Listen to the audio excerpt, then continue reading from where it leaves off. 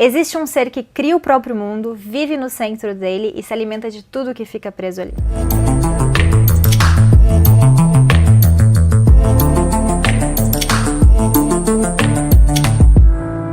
Oi, gente, eu sou a Bruna. Eu sou a Ive. A gente tá hoje com uma convidada, que é a Thay, porque o nosso tema é aranhas. Então esse ser misterioso que a Bruna falou é essa criaturinha que a gente tem muito medo. Sim. Mas que é um símbolo muito legal, que tem tudo a ver com o que a Thay está representando aqui hoje, né?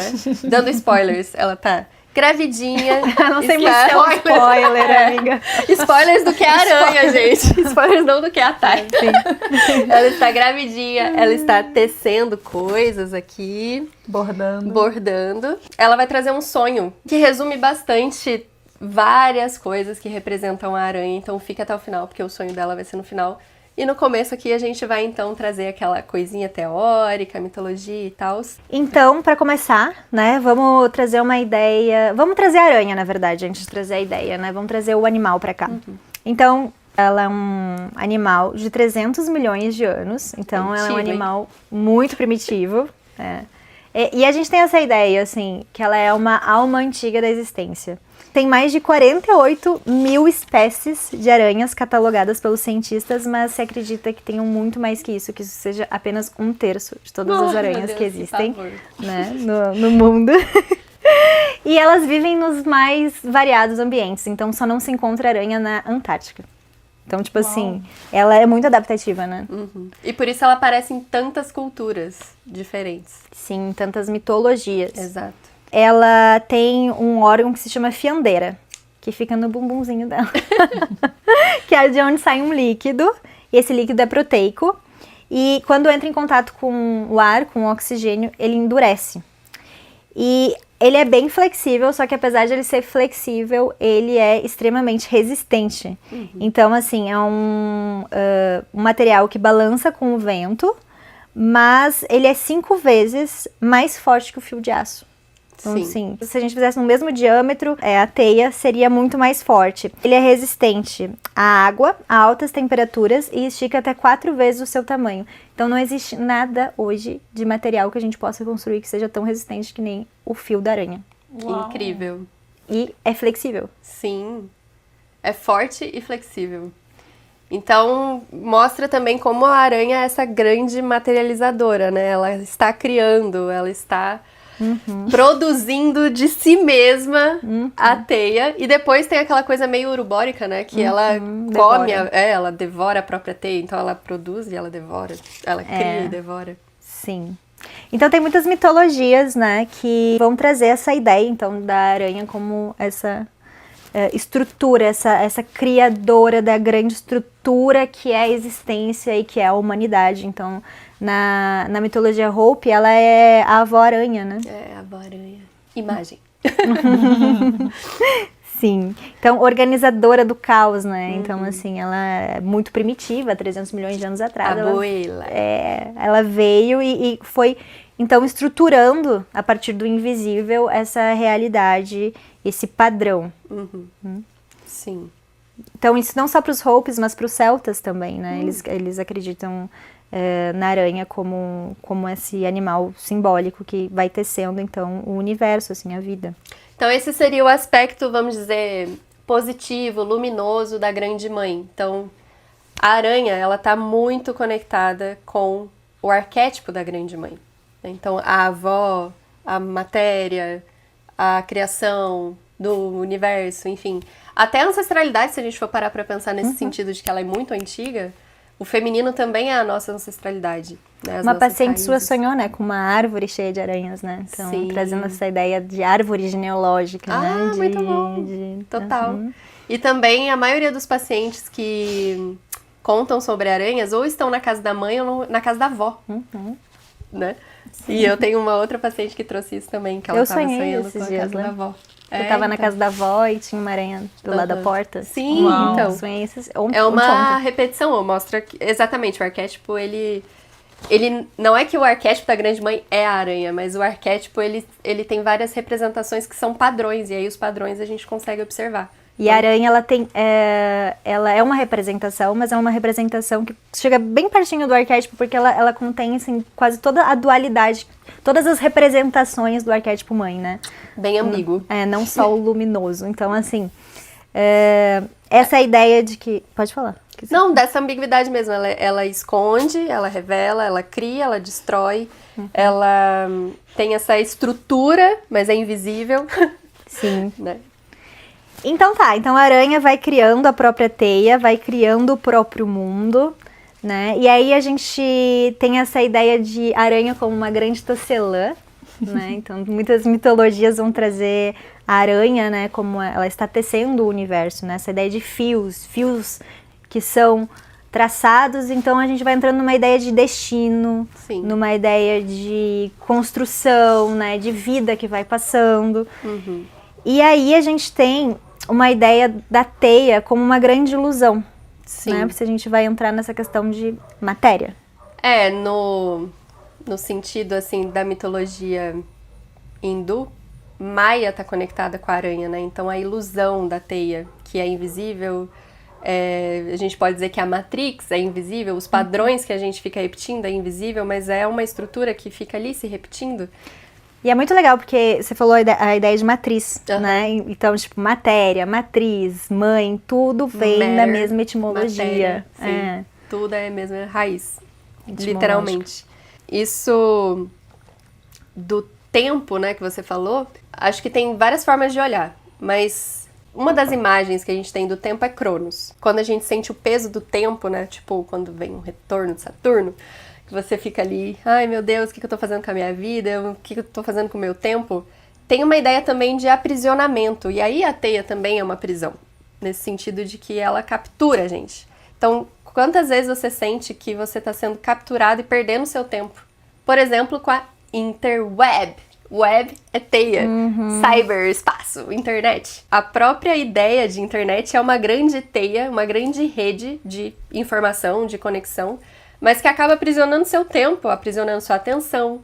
A gente já falou um pouquinho disso, né, no último podcast sobre a participação mística, inclusive também do labirinto. É uma coisa que se repete porque a gente está vivendo num momento, né, que é inédito, né, o tanto que a gente está ali o tempo inteiro, tá todo mundo aqui com uma tela na mão, você tá olhando a gente, ou ouvindo a gente por causa de um aparelho, né?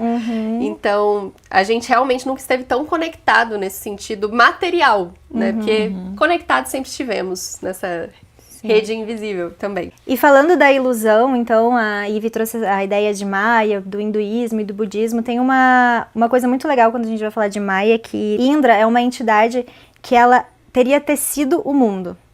E aí, no centro da teia dela, haveria um Monte Meru, que é o Axis Mundi, que é o centro da criação. E aí, essa teia, ela teria vários vértices, né? Onde Indra colocaria joias, que seriam multifacetadas. Em algumas versões é tipo pérolas, assim, multifacetadas. E aí, essas joias, elas se refletem umas das outras. Então, traz uma ideia no hinduísmo e no budismo de dharma e karma. Então, é o quanto uma ação da teia afeta, né? O tudo afetando o todo. Sim. Então, é aquela questão de Hecate, né? Até que a gente vai falar das encruzilhadas. Como vai uma escolha nossa vai repercutir num destino completamente diferente. O nó budista é tipo uma teia também, né? Então, o destino como a soma dos eventos que se alteram através de todos esses caminhos que estão emaranhados. Isso que vai definir para eles o que é Dharma e o que é Karma. O que é, na verdade, você colhendo a consequência de uma escolha sua. Tudo né? que vai e volta.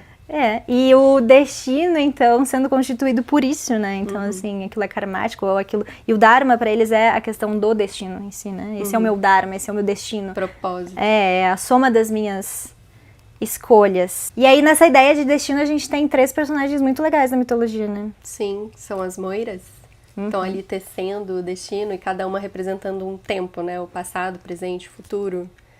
O nascimento, a vida e a morte. As moiras, elas são a Cloto, a Láquesis... Eu sou péssima com o nome. Eu também, tive que anotar aqui. Sim. É a Cloto, a Láquesis e a Atropos, as 3, né? Eu não fazia ideia, pra mim são as 3 moiras, né? Mas uma fia, o fio da vida, a outra mede o comprimento do fio e a outra corta Muito o bom. fio. Então, uma representa o nascer, como você estava falando, a outra representa, então, o viver e a outra o Desenvolvimento ali. morrer. Sim. E aí, tipo, é interessante como o feminino, ele pode ser representado por essas 3 facetas, né? O feminino tá relacionado ao tempo, material, essa espiral e tal. E Hecate tem a face donzela, a mãe e a velha. Que seria a anciã. Perséfone, Deméter. Deméter, a mãe, e a Hecate, que é a Sim. jovem. E a, que quer dizer, antes a ela idosa. era ela em 3 faces. E aí depois teve essa atualização do mito, vamos dizer. Então tem muito a ver com a aranha isso, né? Super. Que a aranha, como você tava falando antes da gente começar, ela vai pra todos os lados também, né? Sim. Pra cima, pra baixo, pra direita, pra esquerda, pro centro. Então ela anda vertical, né, e horizontal, ó, a cruz. Né? Então, simbolicamente, sempre quando a gente vai falar que um animal ou algo se move na vertical, a gente está falando da união do céu com a terra. Sim. A gente está falando de união de opostos. Acima, abaixo. Consciente, inconsciente. Que é muito coisa da aranha. Ela estrutura, mas é a estrutura no invisível que também afeta o material. E se for uma aranha que não é rasteira, que faz a teia, ela constrói numa forma orbital, que vai fazendo uma forma espiralar. Hoje em dia, muitas culturas, culturas e a gente já está percebendo o tempo, né, de uma forma espiralar e não linear, né? Não só um tempo que vai assim, passado, presente e futuro, mas o passado afetando o presente que afeta o futuro, né? Sim. Então as consequências. E o próprio ciclo feminino, que é uma forma do tempo, ele é essa coisa cíclica, né? Total. E aí tem a ver com a lua, que tem a ver com Hecate, Exato. e aí vai indo, né? A soma de A associações. noite. Uma das coisas que eu sempre falo na terapia, é uma das metáforas que eu mais gosto, é a questão de como a gente vive as nossas transformações. E a aranha, ela é um animal que tem um exoesqueleto. Então, quando ela troca de esqueleto, ela precisa deixar aquele velho esqueleto para trás, mas ela ainda não construiu esse novo esqueleto que é fortalecido, né? Então, existe um período de transição que você fica mais vulnerável, que você fica mais mole. Ela tá ali nesse momento completamente vulnerável e que, assim, não tem como ela voltar atrás a esse esqueleto que não cabe mais, só que ao mesmo tempo ela ainda não chegou no novo. Então, às vezes, você tá vivendo justamente essa transição, né? E de entender que precisa de paciência. Paciência, resiliência para chegar nesse novo corpo, nessa nova expansão. E que crescer dói, né? Que crescer é realmente um desapego para entrar Uma nesse morte. novo estágio. Morte e renascimento, que você estava falando agora, né? Sim. Vai se tornando repetitivo, né? Mas eu acho que é isso, né? E quando a gente pensa nessa questão de repetição, o que a gente pensa? Em padrões Sim. que se repetem, que você está falando, né? E quais são os nossos padrões que a gente mesmo tece, que a gente repete e que a gente cria o nosso próprio destino. Nossa, o quanto a gente cria historinhas, né? O quanto a gente cria narrativas do tipo assim, nossa, porque eu sempre sou assim, sempre fui assim, ou eu nunca vou conseguir. Né, dona Bruna? E aí fica difícil você ter transformação, porque você já tá fixado numa história que vai se repetir, porque é autorrealizável, né? Tipo, é uma profecia autorrealizável. Você precisa realmente ter essa abertura para conseguir entender que as suas histórias, elas podem ser outras, né? Que você pode mudar essas narrativas internas e que isso é uma das grandes formas de você se curar. Criatividade. Criatividade te tira da crise. Que é quando você ficou preso. Você ficou preso no que você mesmo teceu. E isso é a crise. A crise é um padrão de repetição circular urubórico. E a crise precisa que você injete ar para que exista um movimento de criar-se. E aí você entra então no movimento de espiral, que é o movimento da vida. Diferente de você ficar rodando em círculos, a espiral faz você voltar para alguns temas. Né? Então, quantos pacientes falam, nossa, mas de novo eu tô falando disso? Sim, meu querido, de novo você está falando disso. Mas você já não é o mesmo quando você olhou da última vez. Então, você passa por aquilo de novo, mas num novo nível de consciência. E por isso a espiral ela sempre vai se expandindo. E acho que por isso que também dá uma ideia de perturbação, né, assim, na gente, porque, tipo, é exatamente o que a psique faz. A gente sabe que a gente fica preso das nossas próprias narrativas, que são invisíveis porque são narrativas do inconsciente. São as tramas traumáticas. Tramas traumáticas, muito bom. E aí é isso, né, a gente sabe que o inconsciente está construindo alguma coisa, então a gente tem que estar... A grande questão é a consciência, né? Depois, quando a gente for falar de um mito, e a gente vai trazer o antídoto do mito, é a própria consciência. É tomar consciência do que você está repetindo. A aranha, então, é esse animal que prende antes que a gente mesmo perceba que a gente foi preso. Ela é uma presença silenciosa, parada, mas ativa. Ela não está realmente parada. Ela está observando, né? Então, ela imobiliza e dissolve. E também tem a questão da paralisia psíquica. Então, os nossos medos... né? Tanto que um dos mitos que a gente vai trazer, na verdade agora, é a medusa. Sim. Porque o que a medusa fazia? Paralisava. Total, em pedra. Então é uma imagem do medo. Se a gente vai trabalhar medo, fobia, né? Engraçado ter fobia de aranha, né? Então... gente, só uma coisa, um parênteses aqui, desculpa, Bruna. Foi muito difícil gravar esse podcast, tá? Porque a gente, quando decidiu falar de aranha, as aranhas invadiram o nosso inconsciente e a nossa consciência, a nossa vivência. Os nossos pacientes começaram a ver aranha, começaram a sonhar com aranha, tudo era aranha. A gente viu Eu estava vivendo um processo ali de sonhos com a minha mãe, que já morreu, e a gente tá falando tanto que isso se conecta com o arquétipo materno. Nesse dia que eu tava assim, meu Deus, eu tô repetindo ações sombrias e tal, uma aranha desse tamanho na porta de casa, né? A Bruna que me aguenta, gritando, vai lá e pra cá. Eu também grito. E assim, impressionante como é um tema que realmente magnetiza as coisas. Quando você entra nisso, é tipo uma grande teia mesmo, que as coisas vão grudando ali. E enquanto a gente tá falando de tudo isso, eu lembrei de uma memória. Eu tava aqui foi a primeira vez que eu vim em São Bento. Eu vi uma teia enorme, já tava morrendo de medo. E aí, quando eu fui ver de novo, tinha um pássaro preso na teia.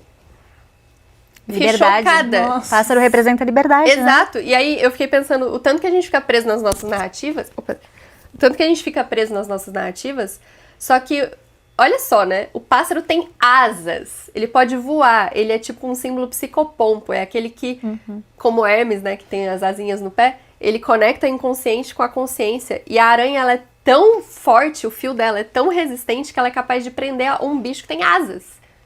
Aí, perigoso, enfim, né? A pessoa tirou ele de lá, ele saiu voando. Porque ela nem ia conseguir comer um bicho desse tamanho também. Mas é isso, né? Às vezes a gente nem reconhece nosso tamanho, a gente tá achando ali que tá preso em algo que dá pra gente sair, mas a gente não se sente fortalecido o suficiente, e isso tem muito a ver Com o ego. Com o ego e a mãe. Então, uma das questões é realmente você ficar paralisado, seu ego fica paralisado. E aí pode ser realmente que você ficou paralisado, seu ego não aguentou, ou você acha que seu ego não vai aguentar, que é o medo. Você não vai porque você tem medo. Por isso o herói. Coragem. Sim. Né? Então, uma das formas de andar e atravessar, de enfrentar esse mito, é convocar o herói. A gente vai falar isso. Mas falando de Medusa, ainda dá pra conectar com essa história do herói, porque Perseu, exatamente, usou algo que foi reverso, né? Através do escudo, que é uma espécie de espelho, ele conseguiu que a Medusa recebesse o próprio olhar e ela se petrificou. Então, o quanto devolver pro medo que é dele, né? E você realmente ter esse escudo que é um recurso do ego, né? Pra conseguir... Defesa. Exato, uma defesa dessa mãe terrível, pra você conseguir enfrentar as suas batalhas e realmente viver a sua jornada. Porque quando a gente tá falando de Medusa, né, a gente tá falando disso, a gente tá falando desse aspecto da mãe, do arquétipo da mãe, que é o aspecto terrível. Sim. Né? Mas não é só isso. Sim, tanto que a gente falou no começo dessa grande mãe criadora. E a matéria, né, Exato. A sobrevivência pra você, que é a Gaia, né, um arquétipo, uma das representações arquetípicas da mãe, né, então... É a realidade aqui que a gente tá vivendo.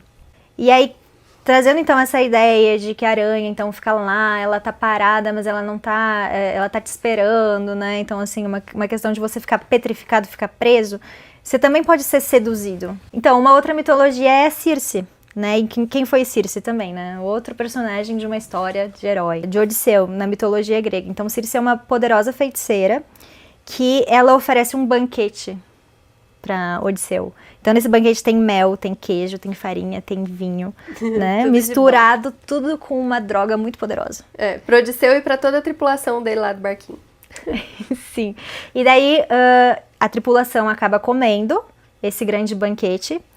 E após eles comerem, então, eles se transformam em porcos. Com a só que assim, eles mantêm a consciência deles, mas eles estão transformados em porcos.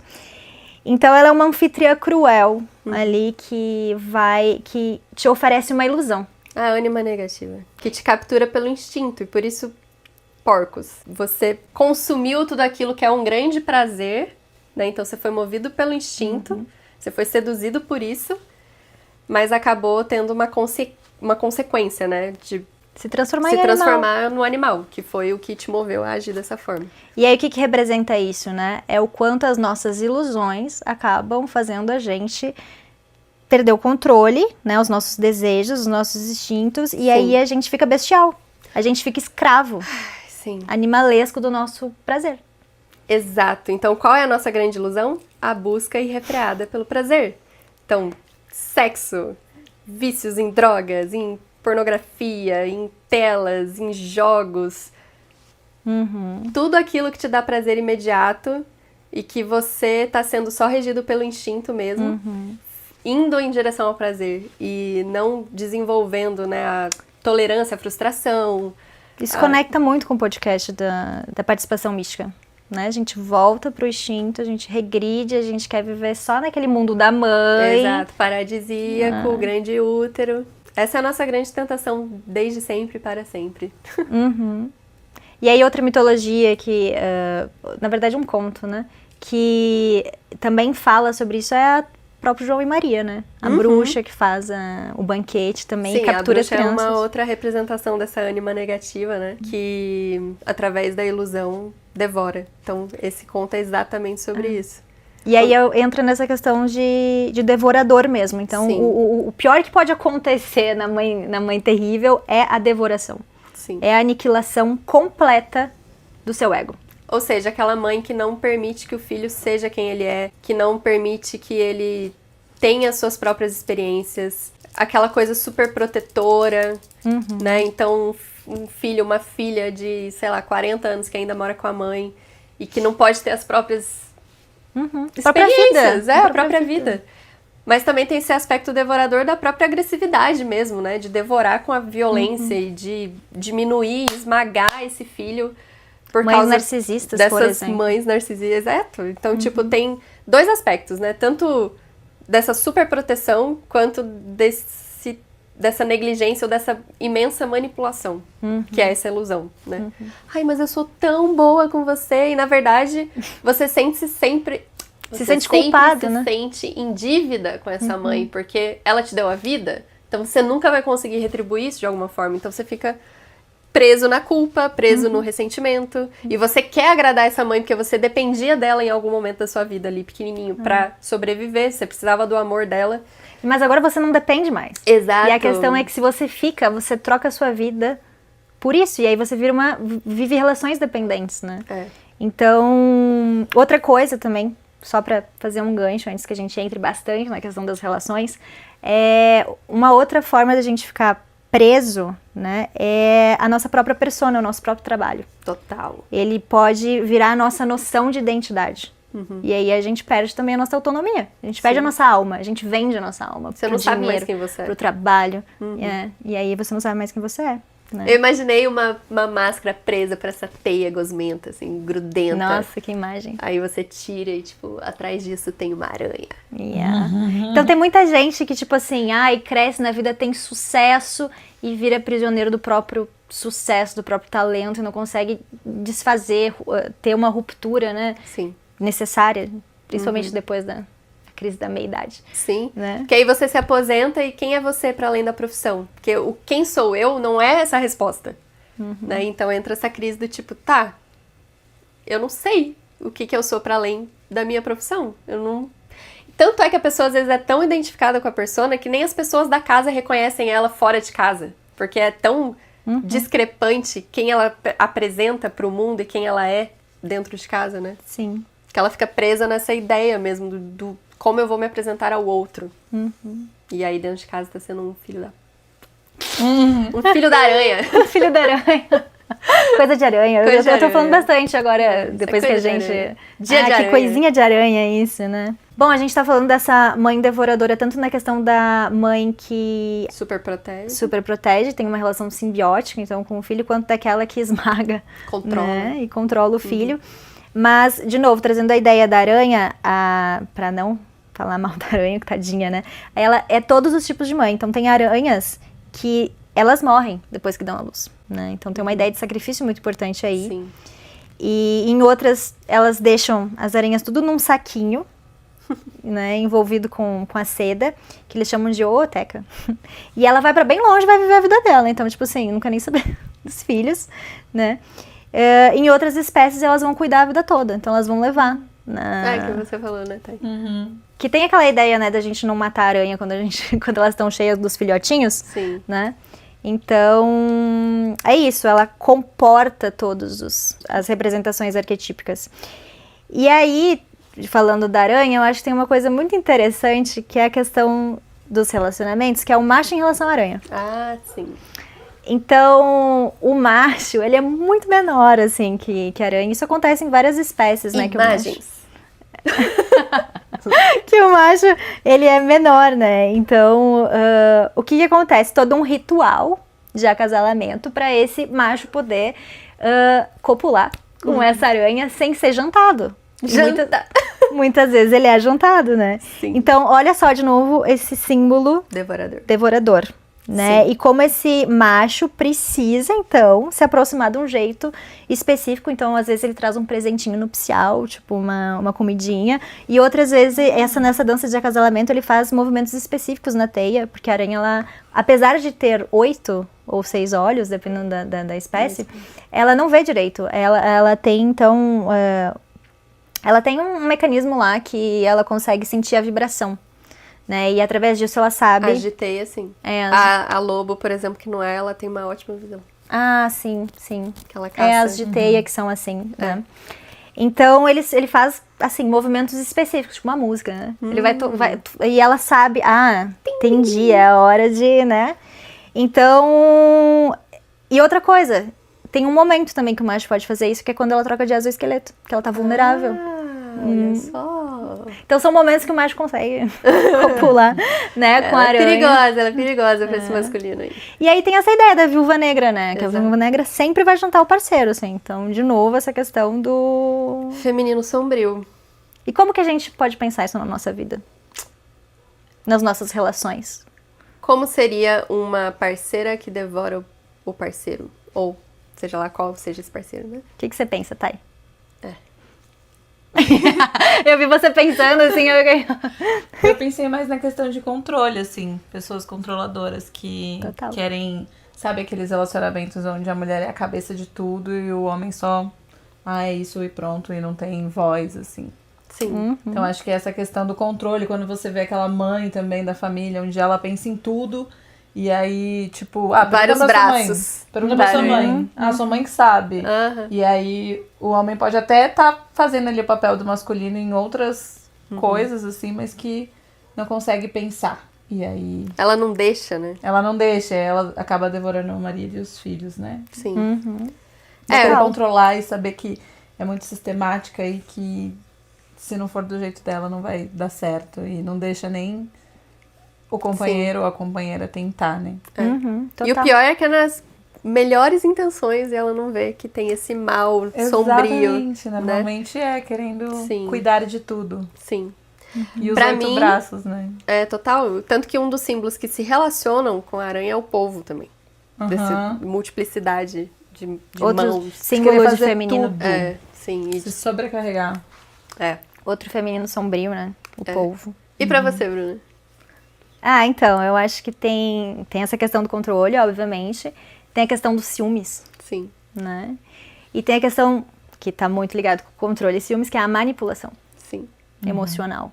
Então, chantagem, né? Que você tava falando das lágrimas de crocodilo. Sim, total. Que, então, a mulher faz alguma coisa E, assim, ela faz alguma coisa, tem uma reação violenta, desmedida, um ciúmes, um controle. E aí, depois, quando o parceiro, enfim, vai responder, aí ela, ai, não, e chora. E tem lágrimas de crocodilo, uma dissimulação. Né? Então, isso são coisas de aranha, porque a gente vai ver que a aranha, ela constrói as coisas. Então, ela tem uma questão da dissimulação, da sedução, né? E isso também é feminino sombrio, né? E agora pensando, para complementar, porque você trouxe essa informação aí dos machos e do acasalamento, da sexualidade, então, fiquei pensando nas mulheres que não deixam o parceiro chegar nelas, né? Que tipo... porque esse aranho aí, ele tem que tomar todo um cuidado, né? Pra chegar perto dela. É uma mulher assim, tipo, não chegue, né? Então, se não chega, essa mulher é uma mulher castradora, né? Ela não deixa que esse masculino seja viril, seja cortejar... não deixa ele ser ele. Ela não é receptiva, né? Porque a receptividade é uma característica de feminino... Sim, do yin.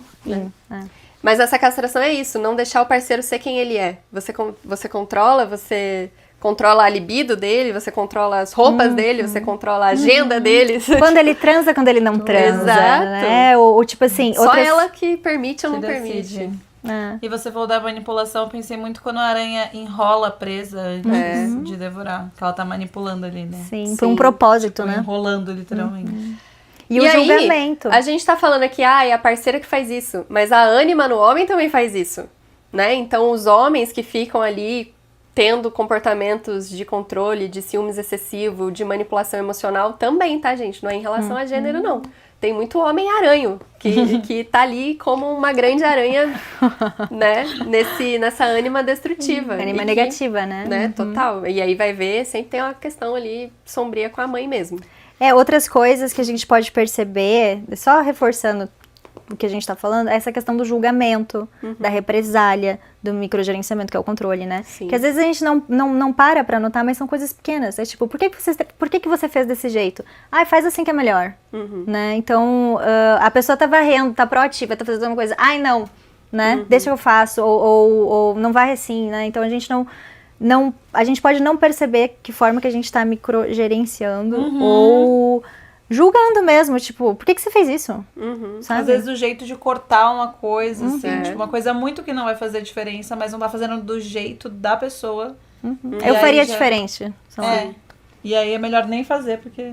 Mas, pensando, para além do controle, quando a gente fala também dessas questões do feminino superprotetor, então, que vem da dependência, você torna a relação dependente, você quer que o outro dependa de você?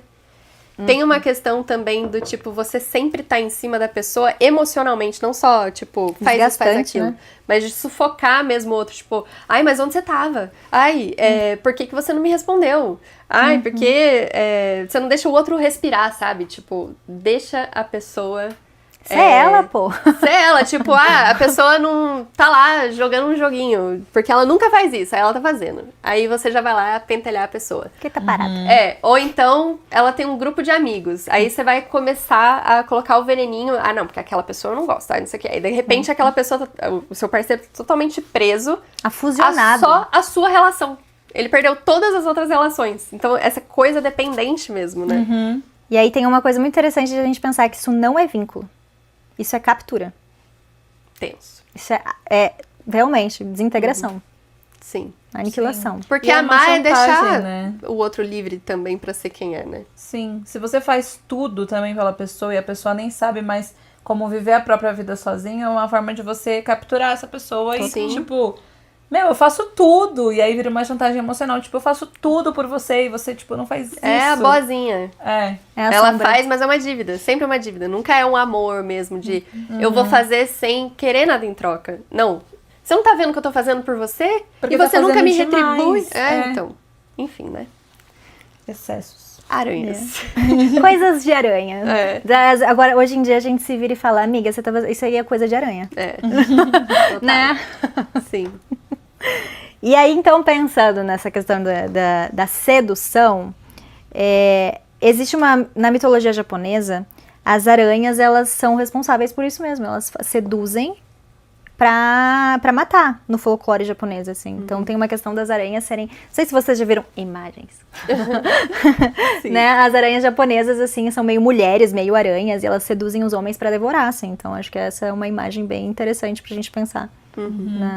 Que elas são muito enganadoras e muito manipuladoras no folclore japonês. Bom, e aí falando então desse aspecto devorador, você já trouxe a ideia de Cronos também, né? Então Cronos, na verdade, ele é um deus representado pelo masculino, né?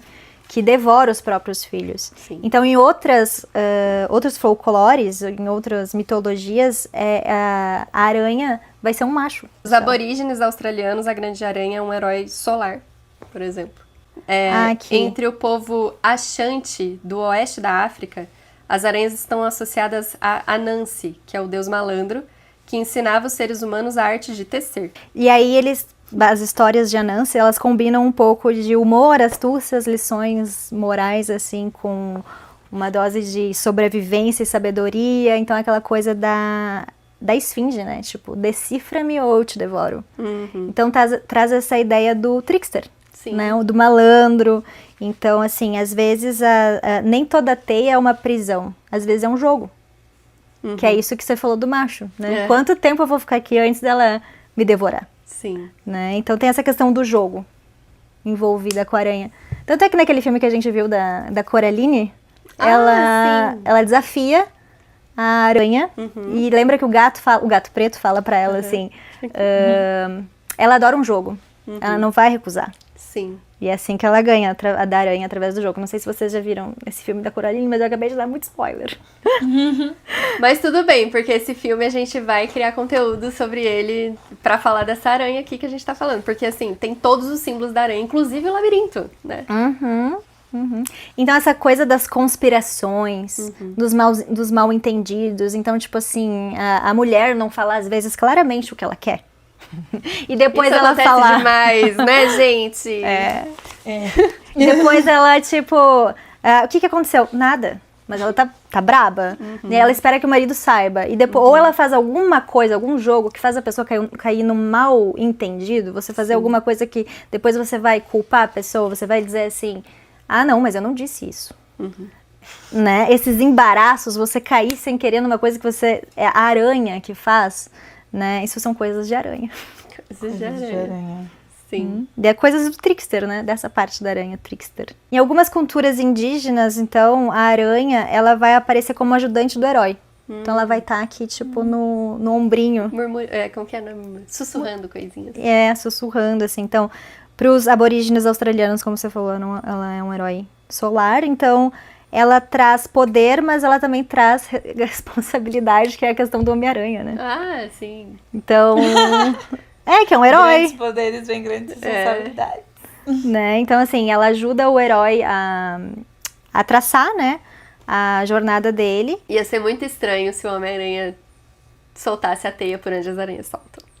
Sim, ainda bem que ele solta pelo pulso, né? É verdade. Qual seria a pose que ele Então também tem essa ideia de que a aranha protege a gente, né? Então a gente tem uma aranha aqui na nossa casa. Tem. Então uma aranha... A Bernadette, que é o nome da minha avó. Exato. Então a aranha como uma protetora da Sagrada Família, né? Acontece isso também. Inclusive, vou falar do meu sonho, então? Fala. Só rapidinho, assim. Claro. Porque eu realmente tenho muito medo de aranha. Tive um trauma quando era criança. Uma das minhas primeiras memórias, eu devia ter uns 2, 3 anos. Depois tive outras situações com a aranha que reforçaram esse trauma. Mas eu sabia que tinha muito a ver com a minha questão com a minha mãe, né? Então, trabalhando muito em terapia, eu sei que eu tenho um complexo materno negativo, que, né, está melhorando todos os dias, mas é isso, sempre pega alguma coisa.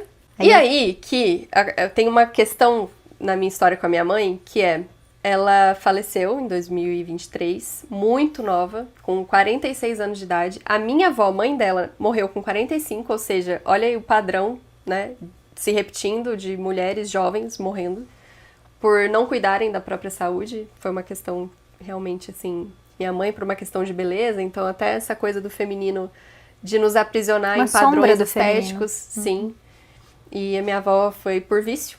Então, Coisas de aranha. Uhum. Só que aí a minha mãe morreu no dia que é comemorado o nascimento de Maria. E Maria é a representação da boa grande mãe, né? Ela é a mãe benevolente que passa por toda a paixão do filho, né? Ou seja, todo o sofrimento do filho, mas ela não arredou o pé. Ela esteve ali no momento da crucificação, do sepultamento e da ressurreição. E foi Maria que me chamou para um materno mais luminoso, vamos dizer assim. E aí, questões pessoais, pedi uma resposta de Maria e tive um sonho, pela primeira vez na minha vida, em que uma aranha apareceu de forma positiva. Eu tava numa casa e na beira, assim, da casa tinha uma teia com uma aranha gigante, só que era, tipo, deste tamanho, rosa, parecia um bichinho de pelúcia, ou seja... Até Não tinha ameaça, Não né? tinha nenhuma ameaça, era uma Perigo. coisa bonita. Eu lembro que no sonho eu pensava, nossa, ela parece de outro mundo. Ou seja, tinha uma questão mesmo do sobrenatural. Então, olha só os aspectos luminosos mesmo, né? Tipo, dessa... até pensando em Harry Potter, de tornar aquilo ridículo, do seu medo. Nesse caso, não era nem só tirar o medo por algo ridículo, mas de tornar aquilo fofo, né? Parecia de pelúcia. E belo. E belo, e rosa, Belo. que é tipo compaixão, amor, afeto, enfim. Então, seu sonho mostrando, né, que, tipo, o arquétipo tá ali, a luminosidade do arquétipo tá ali Sim. também, né? E foi uma resposta, porque eu pedi pra sonhar com algo de Maria, e Maria me mostrou essa aranha bonita de outro mundo, tava ali me protegendo mesmo. E aí eu olhava pro céu e via uma cruz formando entre as nuvens, então era tipo uma cruz de luz mesmo. Enfim, foi maravilhoso, foi o primeiro sonho que eu tive positivo em relação à mãe, então eu acabei assumindo que eu sou filha dessa mãe, né? Eu perdi minha mãe material e ganhei uma mãe espiritual naquele mesmo dia. Sim. As Três Marias aqui, ó. Ah, é verdade, a gente chama de Três Marias. A gente No tem um nosso grupo, do WhatsApp. todas as mulheres têm um grupo de 3, e o nosso se chama Três Marias. Perfeito. Sim. Engraçado que você falando isso, eu pensei que se Maria não tivesse no aspecto luminoso, né, desse arquétipo da aranha, ela podia proibir o filho dela, né? Tipo, Poderia? fala assim, não, Não vá. Não vá, pelo amor de cuidar Deus. de não morra. você, Deus te deu Sim. pra mim, eu tenho que cuidar de você, vou deixar E pelo você. contrário, ela é tão mãe positiva que ela é a primeira a convocar Jesus pra fazer o primeiro milagre. Ela que chega pra ele e fala, meu filho, estamos sem vinho. E ele, e aí, mulher, o que tem a ver com isso? E ela, façam o que ele pedir. Ou seja, ela empurrou Jesus pra missão dele, entendeu? E isso é a mãe positiva. Engraçado, quando isso é ela- a convocação do herói também. Sim, Senão agora quando? senão agora quando? E mesmo quando ela viu que isso ia resultar no crucificamento dele, Sim. tipo, ela tava ali do lado dele e é óbvio Total. que dentro dela ela queria, tipo, foge, meu filho. Mas tanto é que a imagem de Maria, nesse momento, é de um coração transpassado por adagas, né? Então essa é a crucificação feminina. A maternidade é você assumir a dor de ver seu filho tendo o próprio caminho, mas você tá ali do lado dele. Mas você não impede o caminho dele. Você sabe que vai dar merda. Você já passou por aquilo. Você vê, o seu filho você tá vendo. Aí você fala, você aconselha. Mas se ele quiser ir, você deixa. É o caminho dele, né? Você proibir ele de fazer isso, você não vai estar ajudando em nada. Não, imagina se Maria tivesse sido uma mãe devoradora. Nossa. A gente, né? Enfim. É. E aí o herói não faz a jornada dele e não Sim. traz a recompensa a recompensa, né? A sabedoria pra gente, né? Do seu retorno. Sim. Inclusive, já que a gente falou de Maria aqui, rapidinho, Maria tem conexões com a aranha, né? Como a Bruna falou que a aranha é todo tipo de mãe, então Maria é um tipo de mãe, esse aspecto luminoso positivo. E é como se o corpo de Maria fosse essa aranha que no seu útero tece o verbo que se fez carne. Também tem uma outra referência, imagem. Maria, quando estava grávida de Jesus, a Isabel estava grávida de João Batista, né, que já estava ali com 6 meses. Por isso, eu não sei se vocês sabiam, mas por isso que festa junina é em junho e o Natal, que é quando Jesus nasce, é em dezembro, porque eles têm diferença de 6 meses. Não sabia. Então. Mas Maria foi ficar com Isabel por um tempo, né? E aí a iconografia mostra elas tecendo, né? Porque essa atividade é muito feminina, né? As mulheres aprendiam a tecer, a costurar, a bordar há muito tempo, porque realmente tem a ver com esse aspecto do feminino, não que os homens não... Gente, quando a gente fala de feminino e masculino, por favor, entendam, simbolicamente, mas que a gente vê aí na história, né, os padrões se repetindo. E também tem a questão do véu, né, o véu transparente, ou que protege ali o feminino num momento de maior intimidade com o espiritual, lembrando que a aranha também é esse eixo. Então ela é um psicopompo, por isso que ela fica aqui do herói, né? Ela viaja entre os mundos, que nem você falou, era sobrenatural, né? Porque ela sai desse invisível para criar a ordem, né? Então tem essa questão dela ser um psicopompo, né? Sim. E aí é legal, porque realmente se a gente imaginar, isso aqui é criar a ordem, né? Você tá criando um desenho, Sim. né? E aí traz a ideia da consciência de novo. Exato. Que é você criar com um propósito, você criar de forma consciente, né? E isso é o antídoto do herói. Porque quando a gente vai falar, trazendo o mito lá de Circe, né? Então tem a feiticeira lá que a gente tava falando, e como é que Odisseu vai, então... resolver essa situação.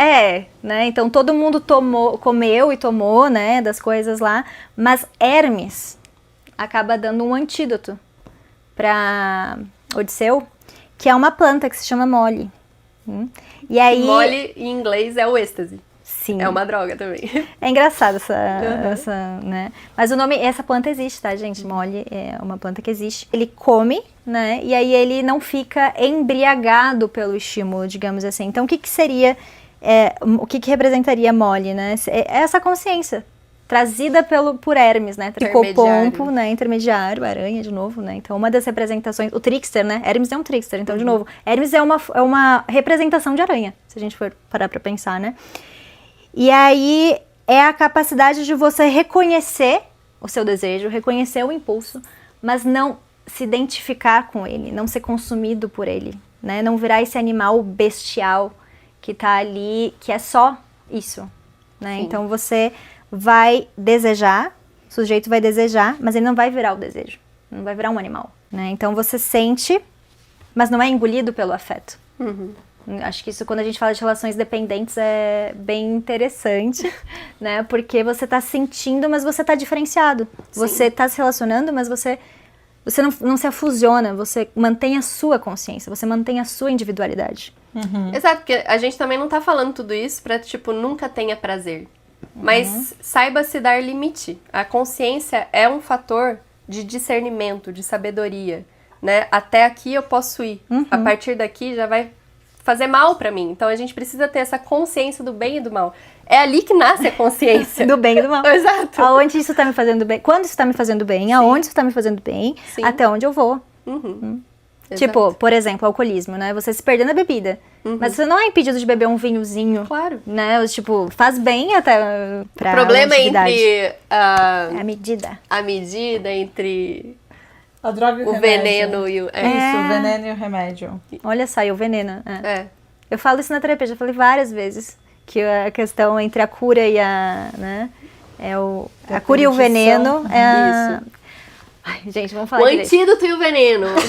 Tá difícil. Vai, fala aí de O novo. antídoto e o veneno. A diferença entre o antídoto e o veneno é a é medida. É a dose. quantidade, É a dose. Sinônimos. consciência. Exato. Né? O Então, limite. É. então não tem problema você se relacionar e tal, mas é não se perder na relação, né? Não tem problema você ter prazer, mas Não é se só perder isso a vida. Então, o antídoto é consciência, não é repressão. E o importante quando a gente pensa de uma forma total no arquétipo da aranha é entender que ela é esse ser que suporta a dualidade, suporta a tensão. Então, você precisa fazer isso. Você tem que suportar a tensão dos seus opostos. Sentir e, ao mesmo tempo, pensar. Né? E não reagir. Sim. Então, é tipo assim, você não vai fugir. Não foge da realidade, enfrenta ela, suporta ela. Um dos mitos que a gente não podia deixar de fora é o mito de Aracne, que eu acho que é um dos mais conhecidos aqui no Ocidente, que fala de uma mulher que tece grandes tapetes. Então. E aí, a Aracne, né, na verdade, é uma mitologia grega, né? O tecer, ele foi uma bênção, né, um ensinamento da deusa Atena, que é uma deusa da racionalidade. Todas as tecelãs, elas eram abençoadas por Atena. E aí, a Aracne, então, ela fazia essas lindas tapeçarias, e era tão lindo que ela desafiou a Atena. Ela achou que as tapeçarias dela eram tão lindas que ela poderia tecer uma tapeçaria mais linda que a própria Atena.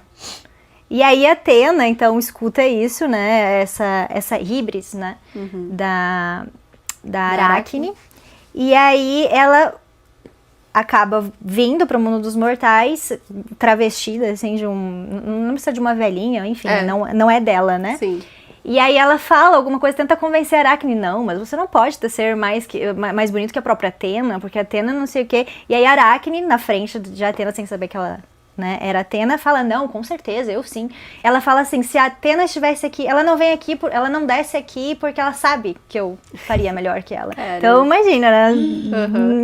Peitou a Atena na frente dela, assim, ela não tem a coragem de vir aqui. E aí a Atena se revelou, assim, e aí ela falou, então tá, então vamos fazer uma disputa agora. E aí elas começam a disputar, e cada uma fazendo sua tapeçaria, e aí é muito legal, porque a tapeçaria de Atena tem todas as histórias dos deuses, assim, e a tapeçaria de Aracne, então, tem todas as vezes que os deuses puniram os mortais. E aí, no final, quando é revelado as duas tapeçarias, assim, não se sabe dizer qual que é a mais perfeita, assim, não se tem nenhum defeito na tapeçaria de Aracne. E em algumas... Aí, mitos tem várias versões de finais, principalmente, assim, porque em algumas versões a Atena fica full, assim, né, e aí ela destrói a tapeçaria de Aracne e pune Aracne, assim, com a morte. E aí Aracne, pra não... até nesse momento ela é orgulhosa, ela não quer que a Atena mate ela se enforca. E aí a Atena, em compaixão, no ato final, transforma ela numa aranha. Então, uma das versões do mito... Imagem. E daí que vem o nome de Aracnídeos, né, teoricamente. E aí, no caso, Atena, numa das versões do mito, fica com essa compaixão pela Aracne, joga umas ervas que ela pega de Hécate, e isso é importante, né, a questão de ser ervas de Hécate, ela joga na corda, a corda vira uma teia, e ela vira uma aranha. Então joga na cabeça de Aracne. E ela vai tecer pra sempre. Eternamente, né? E por que é importante essa questão de ser ervas de Hécate? Porque quando a gente tá falando de aranha, a gente tá falando da dualidade, a gente tá falando de feminino e masculino também, porque a estrutura, ordem, né, essa questão da estratégia, então... Da racionalidade. Atena é uma deusa estrategista, né? Uma deusa da guerra, inclusive, né? Muito estrategista. Então, a aranha traz essa questão, que é solar, digamos assim, e traz essa questão do feminino, obscuro. Lunar. Hécate é a deusa da lua, né, pros antigos gregos. Então, traz essa questão da ciclicidade, né, e tudo isso que envolve. Então, ela meio que comporta essa dualidade. E um lado sombrio desse feminino é justamente a rivalidade, né, porque esse mito fala dessa disputa de ego entre as mulheres. Então, fica aí essa mancha também, essa repetição que a gente acaba caindo entre nós. Isso, a coisa de aranha também é rivalidade das mulheres. Legal, eu realmente adotei isso pra minha vida. Eu vou olhar pras pessoas e falar, isso é coisa de aranha, amiga, para com isso. Bom, e aí a Thay vai nos contar então um sonho, que vocês vão perceber, assim, conforme ela vai contando, muitas das coisas que a gente falou aqui, porque eu acho que é muito comum a gente sonhar com aranha, não sei, né, pelo menos meus pacientes me trazem muito isso e é um símbolo muito forte, né. Então, tá. Brilha, amiga! Vai! Você estava aqui até agora. Faz 2 horas. Sim, assim, uau! Faz 2 horas que você tá aqui só esperando esse momento. E o seu sonho é tão legal porque se conecta. O começo você ouviu a gente falar que ia fazer esse podcast. Sim, participação mística. Exato, entrou com a gente, participação mística. Bom, muito gostosinho estar aqui. Eu fico ouvindo vocês enquanto eu tô cozinhando. E agora a gente tá aqui juntinhos e eu pude ouvir pessoalmente. Então, isso é bem legal. A gravidez, ela traz muitos sonhos malucos e intensos. E muitos com a minha mãe também. E alguns bem doidos, assim. E eu tenho lembrado muito dos sonhos. Mas esse sonho foi um dos poucos que ele não teve essa coisa, assim, doida. Tipo, ele teve algumas coisas que são inexplicáveis e que só aconteceriam no sonho, claro. Só que ele foi muito... Literal e específico. Eu acordei lembrando dele nitidamente, assim. Tipo, não veio aquela sensação de sonho nebulosa. Ele tava claro. tudo começou quando eu sabia que a Ivy estava estudando, a Ivy e a Bruna estavam estudando sobre o complexo materno, símbolo das aranhas e tal. Elas têm muito, muito medo de aranha, então isso sempre é uma questão quando a gente tá juntas, a gente mora na montanha. Uma vez a gente tava aqui nós três, uma aranha subiu em cima de mim. E eu não fiquei com medo naquele dia, mas a Thay tirou, tá? A aranha daqui. Porque se a Thay não estivesse aqui, eu não sei o que a gente teria feito. Aí a Thay Iam trancar a casa e né? dormir fora. Eu fiz isso, né? Enquanto vocês estavam aqui. A aranha foi na Bruna, a Thay ajudando ela, não tinha nada a ver com isso, eu me tranquei no quarto. Ela tava subindo no meu rosto, gente. E eu só fiz assim. Aí eu falei, gente, acho que uma aranha subiu em mim. Foi algo assim, né? E aí a gente foi olhar, vamos ver. Aí realmente a aranha tava lá. A Thay tirou a aranha. Ela tava no colchão e aí você tirou. A Bruna tava no eu chão. vi você tirar. E aí depois uma outra aranha apareceu e eu tirei a aranha pela primeira vez na vida. E porque você ensinou. Gente, estão integrando a Thay. Não cheguei nesse nível. Então, sempre acontece isso, assim, né? Elas ficam em pânico e eu não tenho medo de aranha, não tenho esse pânico. E aí, enfim, eu sabia que elas estavam estudando isso, mas a gente não tinha aprofundado muito, assim. Eu só sabia que isso estava acontecendo. E fazia ideia da simbologia da aranha com o complexo materno, com mãe, com... Assim, eu sabia que isso tinha uma ligação, mas não tinha aprofundado, tanto quanto agora, ouvindo esse podcast. Sim, ouvindo ao vivaço. Ao vivaço. O sonho começa comigo numa sala com muitas teias de aranha. Muitas teias de aranha na sala inteira. Era uma sala, assim, empoeirada. A luz estava até meio fraca de tanta teia que tava naquele lugar. E tinha algumas aranhas pequenas, normal, assim, tipo... E eu tava assim, nossa, que doido, né? E eu vi que tinha uma porta pra sair, mas não era uma porta. Era o batente de uma porta e não tinha porta em si. E essa porta tava tomada por teia. Eu teria que passar por essas teias. Era tipo do chão até o começo do batente de teia. E aí eu queria sair, né, de lá. Até então não tava com medo nem nada. Tava tipo, o que eu tô fazendo aqui? E aí eu passei por essa porta, né, passei pela teia. E eu lembro que eu tava de casaco, de zíper, de moletom. E aí quando eu passei por essa teia, eu rasguei a teia. E... essas teias ficaram grudadas no meu braço, principalmente no meu tronco, né? Minhas pernas não, nem tanto, mas ficaram grudadas no meu braço. E aí eu percebi que em todas aquelas milhares de teias tinham aranhinhas, tipo desse tamanho. E elas subiam pela teia. Então elas eram muito rápidas. Tipo, no momento que eu rasguei a teia, o meu braço ficou cheio de teia. E aí essas aranhinhas subiram no meu braço e, tipo, ficaram no meu corpo, assim. E aí foi uma sensação muito estranha. Eu fiquei assim, fiquei batendo assim, tipo, e fiquei de boa. Tirei as teias, assim, tirei as aranhas, né, ainda tava grudenta de teia, mas foi uma sensação estranha, né, um monte de aranha no meu corpo, assim, estranho, não foi um pânico. E aí, quando eu consegui tirar elas, eu tava de novo dentro do quarto olhando... Repetição. Pro batente. E o batente tava... inteiriço, não, como se ninguém tivesse passado por ele. E aí eu fiquei tipo, caramba. Eu não tava com medo. Eu acho que eu cheguei até a pensar no sonho, tipo, nossa, se fossem minhas amigas, elas não iam suportar isso aqui. Mas eu pensei, poxa, eu não queria de novo, né, essas aranhas em mim, que saco. E aí eu fui mais rápida dessa vez, porque a primeira vez era um desconhecido, eu achei que eu só ia passar pelas teias. Eu não sabia que subiriam aranhas. Na segunda vez, eu sabia que iam subir aranhas, então eu passei e tirei o meu casaco na hora. Então, tipo, eu passei e aí, antes que elas pudessem grudar em mim, subir em mim, eu já tirei o zíper do casaco e sacudi assim o casaco. E aí foi muito fácil. E aí tá legal. E aí, quando eu terminei de sacudir o casaco, eu tava de novo dentro da sala. E aí eu falei, meu Deus, tá chato, eu não quero de novo essas aranhinhas. E tava inteiro de novo a teia. E aí eu pensei, será que tem uma tesoura aqui? E a sala não tinha nada, de fato, não tinha nenhuma mesa, nada. E aí eu, tesoura. E aí eu achei a tesoura. Muito bom. Ela tava pendurada, assim, não sei onde. Você materializou a tesoura. E era uma tesoura assim, grande. Aí ela tava pendurada, assim. Aí eu, não, perfeito, uma tesoura. E aí eu pensei, vou cortar essas teias, elas vão cair, as aranhas vão andar e eu vou passar. E foi isso que eu fiz, perfeitamente. Fui cortando a teia, cortei tudo, caiu no chão. vi as aranhas se espalhando tranquilamente, passei. Aí quando eu passei, eu falei, gente, melhor forma. E nisso a tesoura já tinha sumido da minha mão. E aí eu fiquei muito tranquila.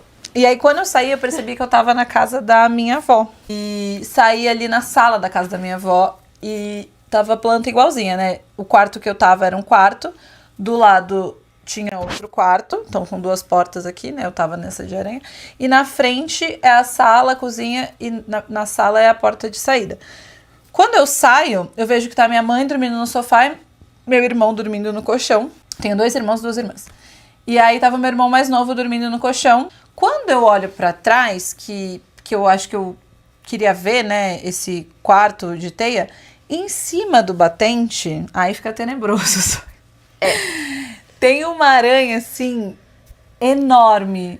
Tipo, muito grande. Tipo um carro, você falou. Tipo um carro. Tipo a aranha do Harry Potter. Ou a aranha do Senhor dos Anéis, que o Sam batalha com ela. É esse tipo de aranha gigantesca, assim. Ela estava em cima da porta, me olhando, com aquelas presas gigantes. Aí eu comecei a sentir um pânico, assim, absurdo. Aí ficou tenso o sonho. Porque antes só dava aflitivo. E aí, quando eu vi essa aranha, eu fiquei em choque. Comecei a correr, ela me viu. E aí ela, tipo, entrou no modo caça, ela queria me pegar. E aí eu fiquei correndo, assim, pela sala. E aí ela foi direto no meu irmão e começou a devorar o meu irmão. E eu fiquei em pânico, vendo meu irmão, tipo, sendo atacado. Só que se eu ficasse lá, eu ia ser atacada também. Então eu saí correndo e me tranquei no quarto do lado, do quarto das teias. E aí, quando eu entro no quarto do lado, tá minha irmã dormindo. E, tipo, todo mundo na casa tava dormindo como se nada tivesse acontecendo. E, na realidade, o apartamento da minha avó é no 6º andar. Só que nesse sonho ele era térreo. E eu percebi isso porque no que eu me tranco no quarto com a adrenalina a 1000, assim, meu coração na máxima, eu vejo uma pessoa passar na janela, andando, como numa casa. Quem é, se não Hermes? E quando passa, eu tava tão com a adrenalina tão assim, que tipo, eu me escondi, porque eu tava muito assustada. E aí eu entendi que era o meu amigo, que ele é meu vizinho. Era ele passando assim na janela, o Miguel, e aí eu falei, Miguel? Aí ele, oi, Thay. Aí eu, oi, o que você tá fazendo? Aí meio que mudou, assim, a vibe do sonho. Aí ele, tô indo na farmácia comprar Estodal pro Thier, que é o filhinho dele. E Estodal é um remédio... como fala quando ele não é... Homeopático. Homeopático. Ervas. Sim, Erva. pra garganta. Sim. Pra garganta. E aí eu falei assim, eu tenho Estodal aqui. Aí eu abri o armário do quarto da minha avó, peguei o Estodal e falei, toma, não precisa ir na farmácia. Só que eu falei, tá rolando uma coisa muito estranha aqui. Tipo, tem uma aranha gigante na minha casa. Ele, como assim, Thay? Você tá louca? Aí eu falei, é sério, tem uma aranha gigante aqui. Aí ele pulou a janela, ele entrou, pegou o remédio e falou assim, cara, isso é complexo materno. Aí eu falei, não, Miguel, é literalmente uma aranha. E quando eu tive esse sonho, eu não tava falando com a minha mãe. Um detalhe. Sim, importante. Aí ele saiu do quarto, ficou um tempo fora, voltou assim, branco também, com a adrenalina no máximo. Ele, tem uma aranha gigante aqui mesmo. Aí eu comecei a chorar e falei, o meu irmão, como ele tá? Aí ele falou assim, ele tá bem. Eu falei, ele tá morto, ela tá com ele. Aí ele, não. Aí eu falei, Miguel, você tem certeza? Aí ele saiu de novo. E aí voltou mais rápido e falou assim, ele tá dormindo, ele tá deitado em posição fetal, não tem sangue nenhum, ele tá inteiro. Posição fetal. Aí eu... Aí eu, tem certeza? Ele, sim, ele tá inteiro. Eu falei, mas eu vi ela atacando ele. Aí ele, não, ele parece tá bem. Falou, nossa, realmente, uma aranha gigante. E foi embora. Tchau. Ele é só Que mensageiro, né? B.O., né? Que B.O. Foi meio que alguma coisa de... Como minha família inteira tava dormindo, né? Quem tava lá, meio que parecia que eu tava doida. Então foi tipo a confirmação de que, não, isso é real, realmente tem. Valeu pelo remédio. Pulou a janela e foi-se embora. E uma coisa muito curiosa é que eu poderia ter pulado a janela, mas eu não pulei. Que bom. E aí... Ok, fiquei lá numa extrema agonia pensando o que eu vou fazer. E aí, nesse sonho, o Miguel era meu vizinho também. O Miguel, a Raquel e o Tia, essa família. E no apartamento da minha avó eram 4 por andar. Então tem um apartamento aqui, 2 na frente. E eu já entrei muito no apartamento da frente, eu também sei como que é a planta do apartamento da frente. Então, eu não sei o que deu na minha cabeça. Eu saí daquele quarto, a aranha tava lá. Fiquei fugindo da aranha, rodando pra lá e pra cá. A minha mãe, dormindo, ela falou assim... Eu sei dessas coisas... eu sempre soube dessas coisas que tem na casa da sua avó. Isso ela dormindo. E ela falou isso. Eu fiquei tipo, meu, como ela tá tão tranquila assim? Eu tô aqui fugindo dessa aranha gigante. E aí eu consegui atravessar essa sala, fugindo dessa aranha, mas de uma forma muito bizarra, porque ela subia, descia, e eu tinha que, tipo, ficar que nem doida pra lá e pra cá. E aí abri a porta da frente, saí em choque, tranquei, e já fui direto pro apartamento da frente. E entrei, assim, sabia que era a casa do Miguel e da Raquel. Eles estavam na cozinha, conversando, e ele tava contando pra ela o que tinha acontecido. E aí foi tipo uma confirmação, assim, eu entrei e ele falou, aí, ó, tá vendo ela ali? Eu percebi que eles estavam falando sobre isso. Aí eu cheguei e falei, meu, socorro, tem uma aranha gigante lá, meu Deus, o que que eu faço? A Emily tá lá, meus irmãos, minha mãe, o que que eu faço? E aí, eles em choque, assim, meu telefone toca. E a minha irmã. Aí eu atendi tipo, a gente viu que era a Emily, ficou todo mundo assim. Atendi no alto-falante, a Emily falou, Tayane, cadê você? Eu acordei agora, tem uma aranha gigante aqui na casa da vovó. Aí eu falei, sim, Emily, tem. Vem pra cá, eu tô na casa do Miguel e da Raquel, vem pra cá agora. E aí demorou um tempo, tipo, 1 minuto, ela apareceu em pânico ali na cozinha. E aí no que ela chegou, ela falou, tipo, que isso? Tem uma aranha gigante lá. Eu falei, meu, não sei, o que a gente faz? E aí a Raquel, de novo, olhou pra gente e falou, mas isso é complexo materno. E aí a gente ficou assim, não, mas assim, sim, só que é de verdade. A gente queria resolver essa situação, tipo, mas tem uma aranha gigante, meu irmão e minha mãe estão lá. Mas você tava perguntando pela resolução, né? Eles estavam dizendo, isso é complexo materno. Tipo, eles estavam muito assim, tipo...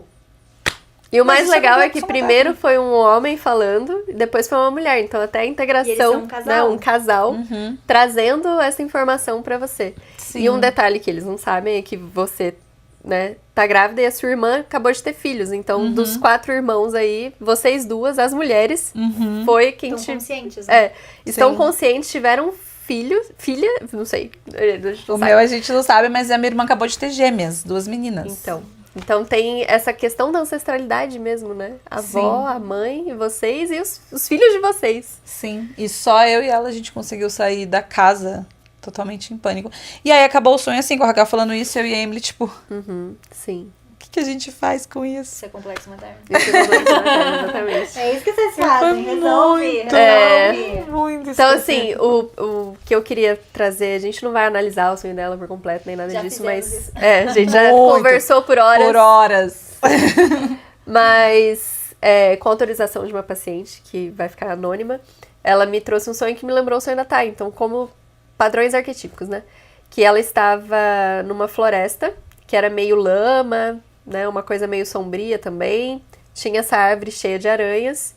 E ela tinha que atravessar, como se fosse um portal. Então, a Thay também sonhou que ela precisava atravessar essa porta. E essa paciente sonhou que tinha que atravessar esse portal cheio de aranhas. Então, tem alguma coisa mesmo relacionada a esse atravessamento, né? E que as aranhas ali são meio que guardiãs, ou sei lá, né? Porque no sonho da minha paciente, ela falou que era uma força de uma deusa mesmo ali, todas vigilantes, olhando pra ela, permitindo que ela atravessasse, e ao mesmo tempo ela precisava de muita coragem pra atravessar. E você, né?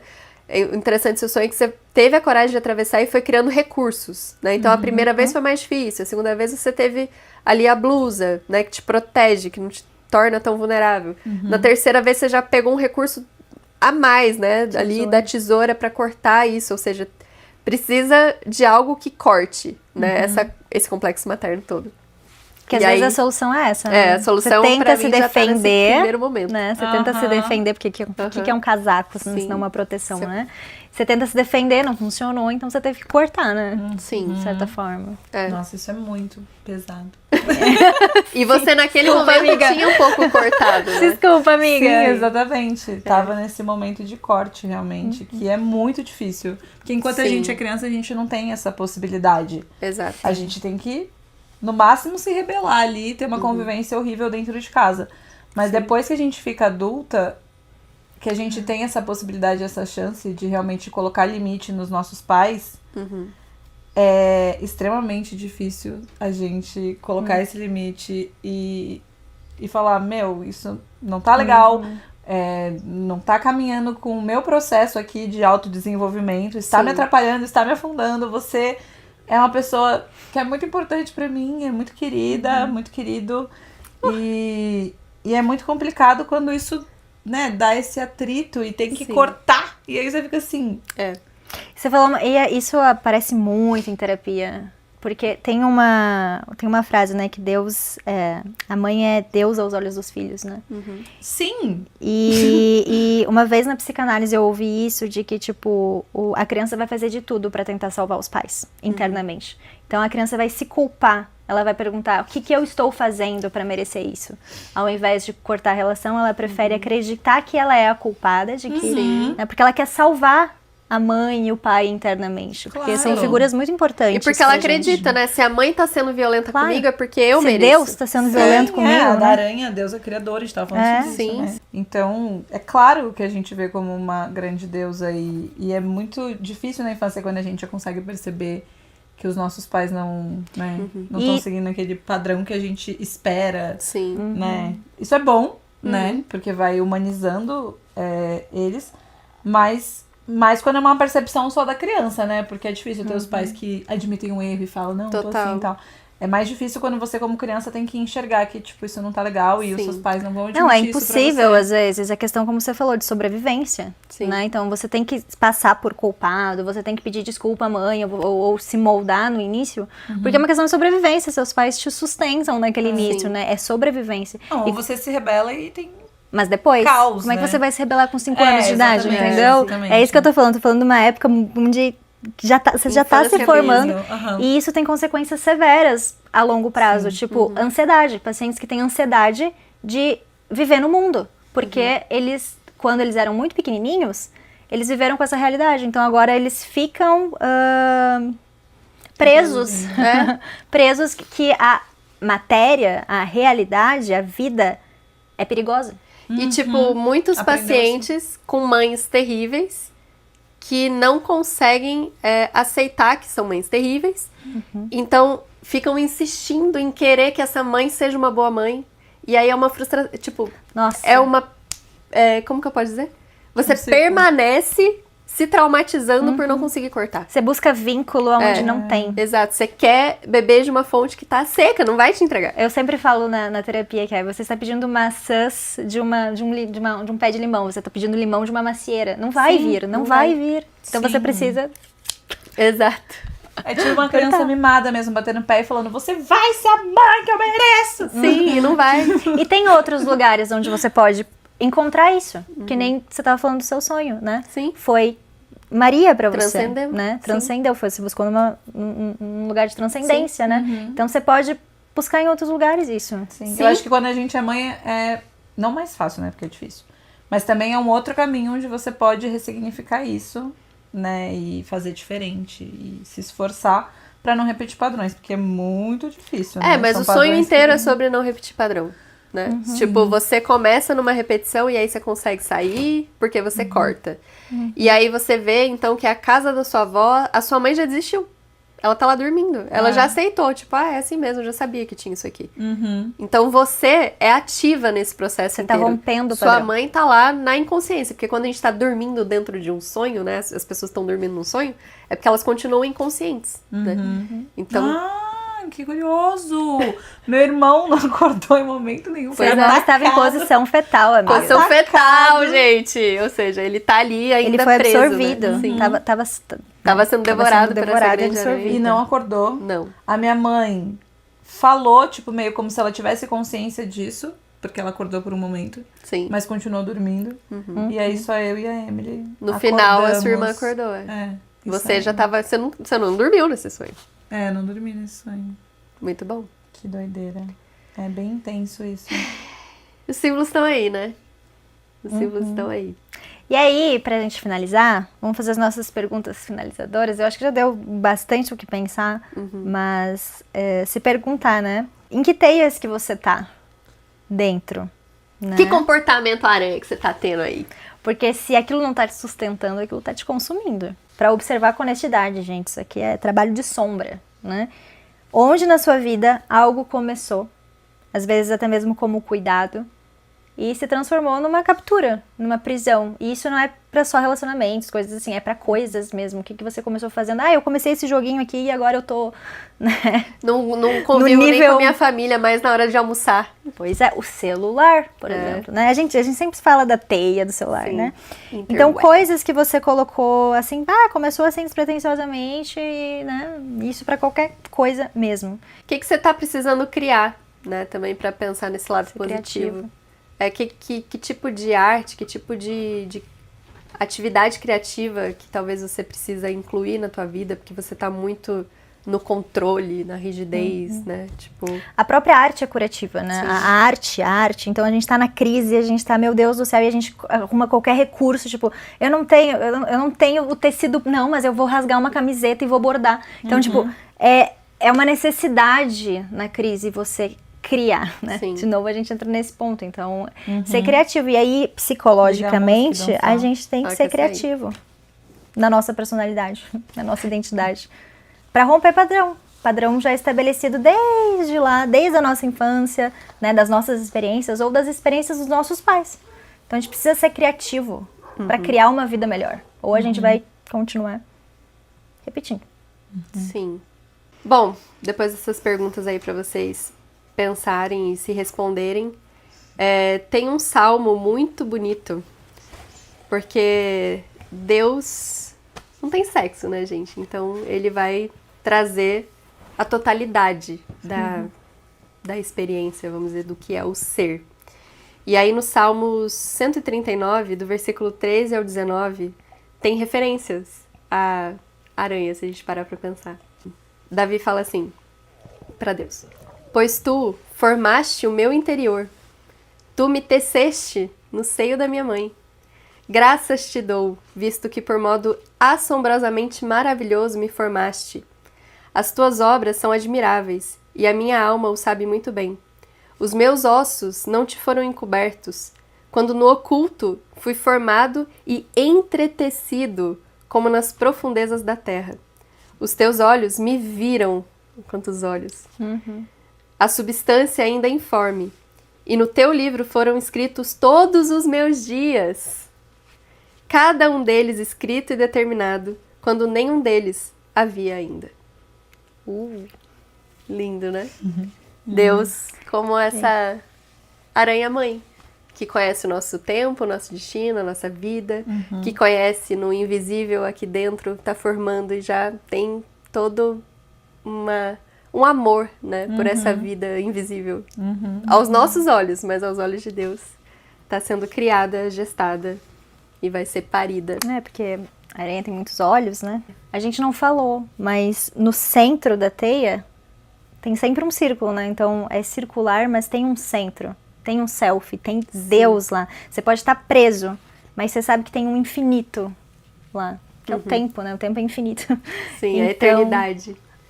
Então... Porque antes da gente ser matéria, a gente tava nesse tempo do não tempo. Nós somos um sonho de Deus sendo gestado aí, de alguma E forma. materializado. Exato. E por isso precisamos de mãe, até Deus quis ter uma mãe. Né? Pois é. Então, mãe matéria. Mãe matéria, mãe Maria. Maria vem dessa etimologia também de mar, enfim, tudo isso que envolve mãe. E, spoiler, próximo podcast é falando sobre a grande mãe. Então, trazendo com mais profundidade, símbolos. mais símbolos, os aspectos da grande mãe. Porque a gente focou bem aqui na aranha, claro que a gente falou, né, da mãe devoradora, mãe criadora, mas tem muita coisa pra gente explorar aí. E é isso. Gostou, amiga? Muito! Que bom. Feliz adorei que você é a estar nossa aqui. primeira convidada. Vocês, né? Sim, como convidado estúpido. Nem. Muito bom. Bom demais. E é o primeiro podcast da Flow. Flow. E ela ficou bem presente, ela Ficou. não saiu daqui desse sofá, não. Ela adorou. Primeiro sem a Lotus, gente. Mas é isso. Vida, morte, Vida. renascimento. Literalmente, né? Que tem um Sim. neném aqui, um neném aqui. Sim. Foi bem gostoso ficar tecendo aqui enquanto vocês falavam. Que Sim. delícia. É isso, gente. Deixa aí sua curtida, compartilha, manda pros amigos ouvirem. Comenta próximos temas. Comenta se você já teve sonhos com aranha, se você tem medo de aranha. Sim, nossa, sonhos com aranhas. Né? A gente ama saber, tá bom? Então tá bom. É isso, beijo. Até a próxima. Beijos.